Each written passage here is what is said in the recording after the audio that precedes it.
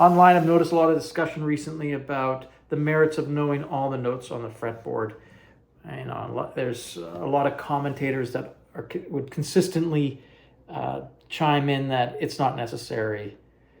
And, from my personal experience, I would disagree. I would say that for decades, I went without being familiar with the entire fretboard. And there was one year, somewhat recently, where I decided I was going to tackle this deficiency.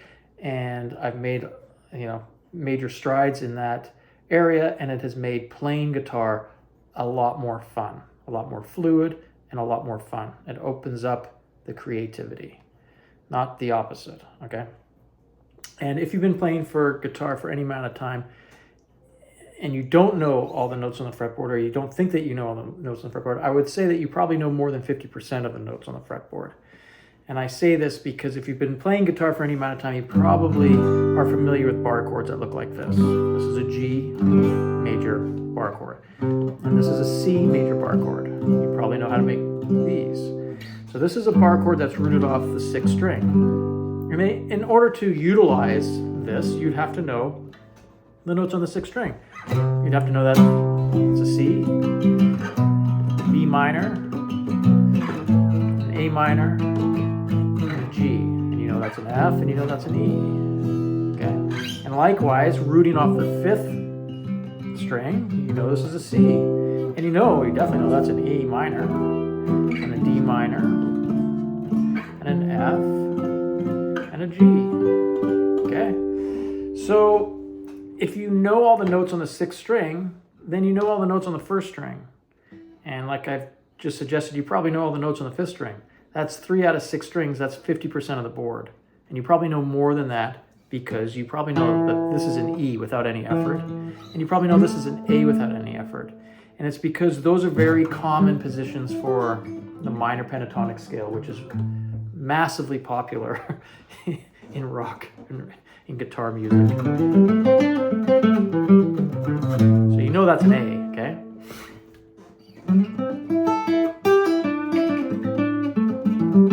So I think the key to unlocking the entire fretboard is really practicing, running through some exercises, a few minutes a day, maybe 5-10 minutes a day. A week and a half would probably get you, really further than you are.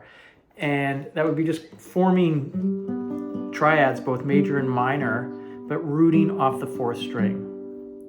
And then likewise with the 3rd string, major and minor triads rooting off the 3rd string. Here's a C, as an example. And making major and minor triads rooting on the 2nd string. Here's a G. And here's an A minor.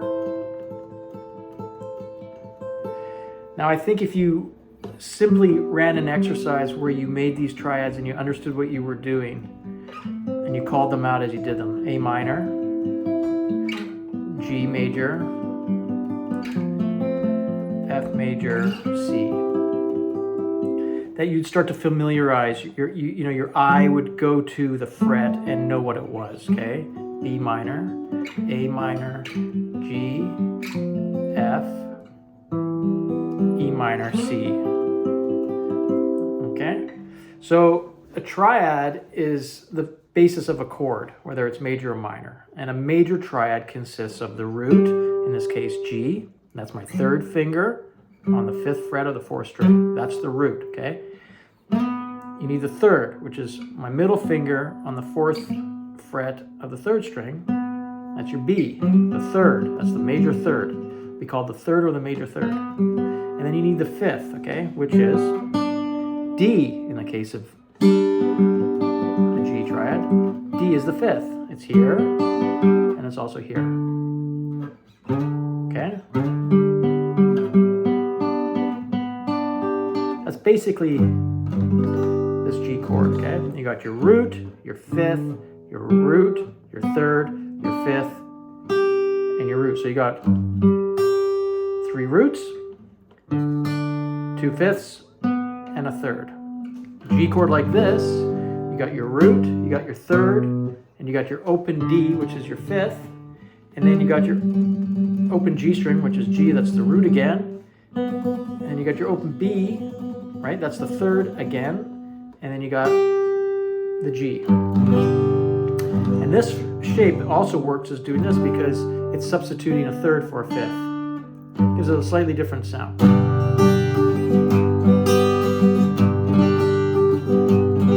As I get older, I mean, when I first started playing, I would play it like this, and then I started playing it more like this. Now I kind of prefer this, but it's not really one or the other. It's whatever the situation calls for. But I like the added third in there if all else is equal. Okay.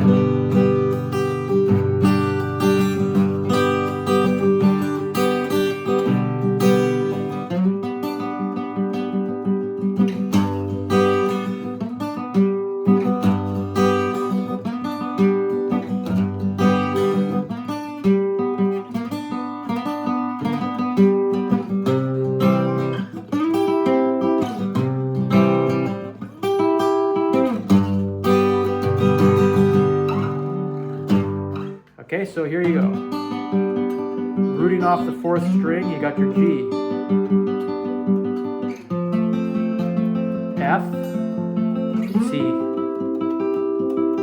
That's the exercise. G, F, C. And then tackle the minors. That is lowering the third. Okay, in the case of the key of C, your sixth degree is A minor. So you take your A major triad and you drop the third. Okay, so you put your third finger on the 7th fret of the 4th string, and you bar your pointer finger across the 5th fret, the 3rd and 2nd strings. Okay, A minor, and that also is a movable shape. B minor, A minor, E minor. Back to C, back to G, back to F, back to C. A minor, G, F.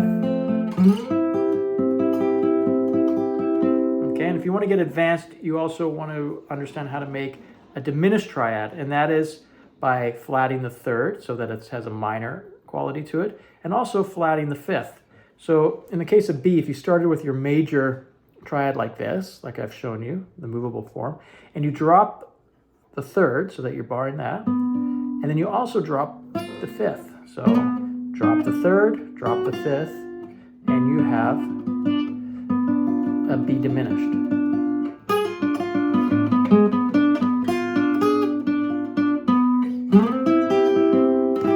The diminished is really great for building tension.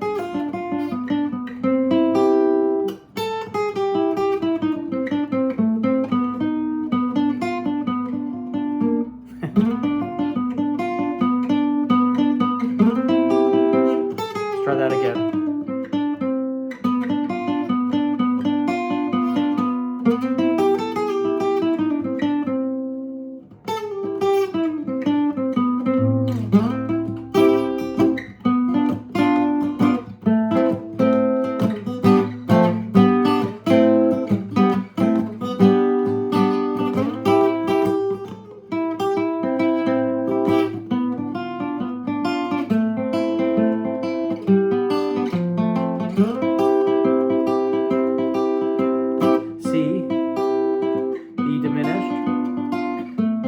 Minor, G, F.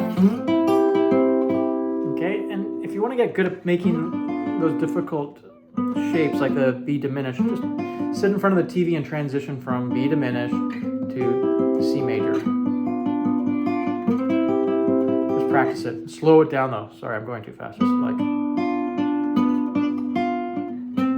because it'll take you a second to form your fingers there. So you want to play at a speed where you're in time and you're able to also get your fingers there.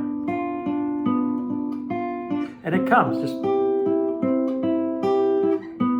I noticed that you don't stop learning how to put your fingers in uncomfortable places, no matter how good you get. There's always more chords and things to learn. It doesn't matter if you've been playing for 2 years or 50 years. It's the skill of learning is what is important. So here we have rooting triads off the 4th string.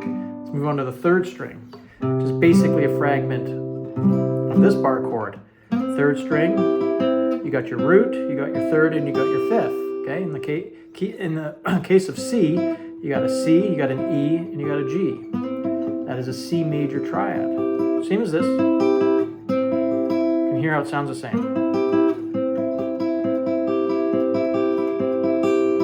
Okay, and then you got your F, major triad. You got your G on the 12th fret, right? Middle finger on the 12th fret of the third string, ring finger on the 12th fret of the second string, pointer finger on the 10th fret of the first string. That's a G. And then drop one whole step. That's an F. Back to C. Now if you want to make this a minor, then you drop the third. Okay? Here's a D minor. Now you'll recognize it as a portion of this kind of bar chord, the minor. But you can just play the fragment like that. So here is a D minor.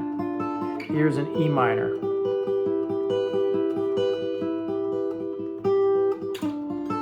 Here's a C, D minor, E minor, F, G, A minor. And then you want to play the diminished, you got to drop that. So you go a whole step up to a B, you play the lower third, and you then drop the fifth to that F.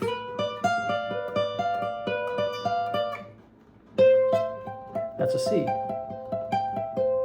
Okay, so that is how you form triads on the third string. Okay.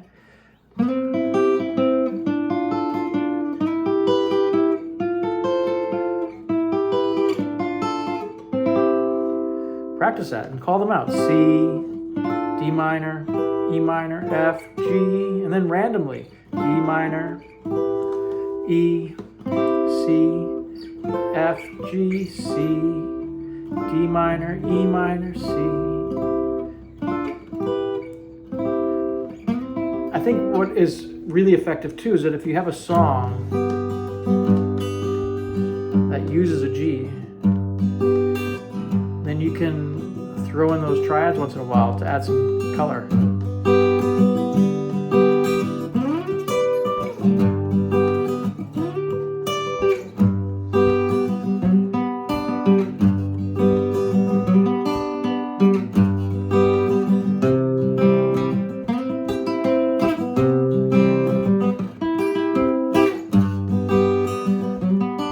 That's a good exercise.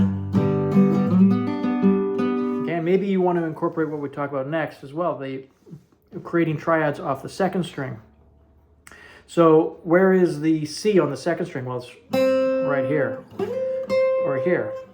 And how do you make a triad? You need a root, you need the third, and you need the fifth. Well, in this case, you're going to go root on the second string, third on the first string, and the fifth on the third string, so that it's an inversion, okay? This is the same shape that you're familiar with on D, but you have that open D to really make everyone know it's a D chord. When you're playing a triad with one of the other notes, one of the other elements on the bass side of it, like you are here, like this is a G triad. And you can arpeggiate and you can pluck it, but it doesn't really become a G chord as such until you add the bass. So if you're playing with a bass player who's playing a G while you're playing this, to the audience it's going to sound like a G chord, okay? If you throw a different bass note on there, then it becomes something else, okay?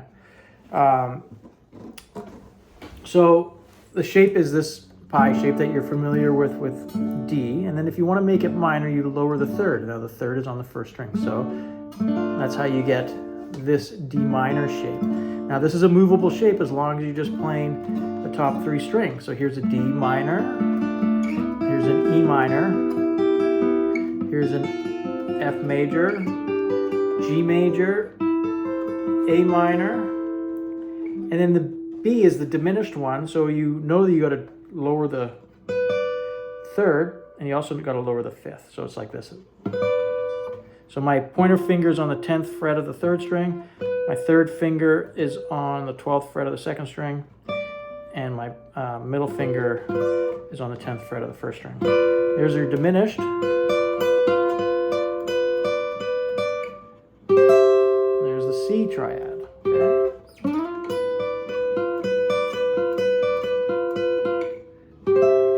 So when you're playing,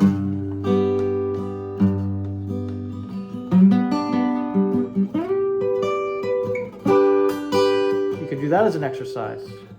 Play a G, and then play it in the different places.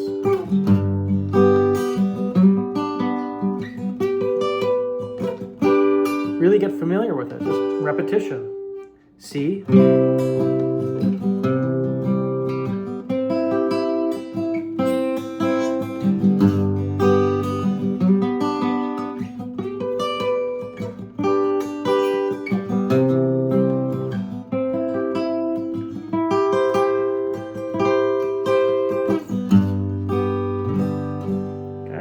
A minor.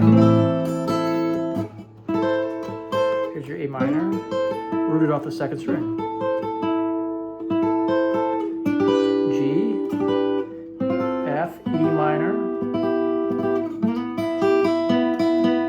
D minor, C.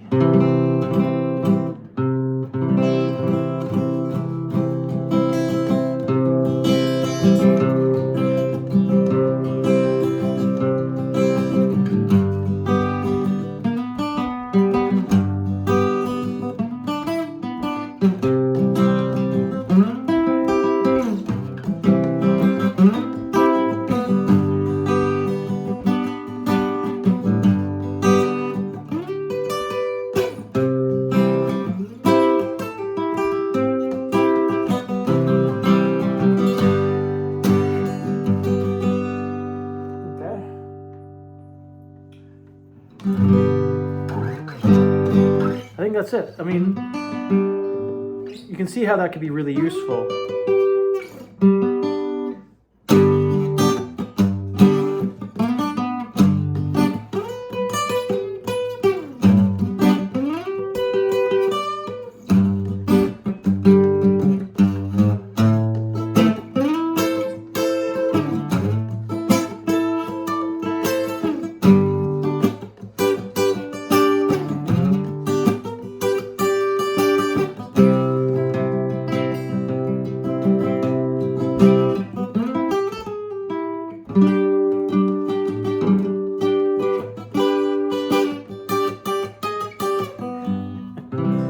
Okay, if you have any questions, put them in the comments and I'll try to address them either with another video or I'll just respond there.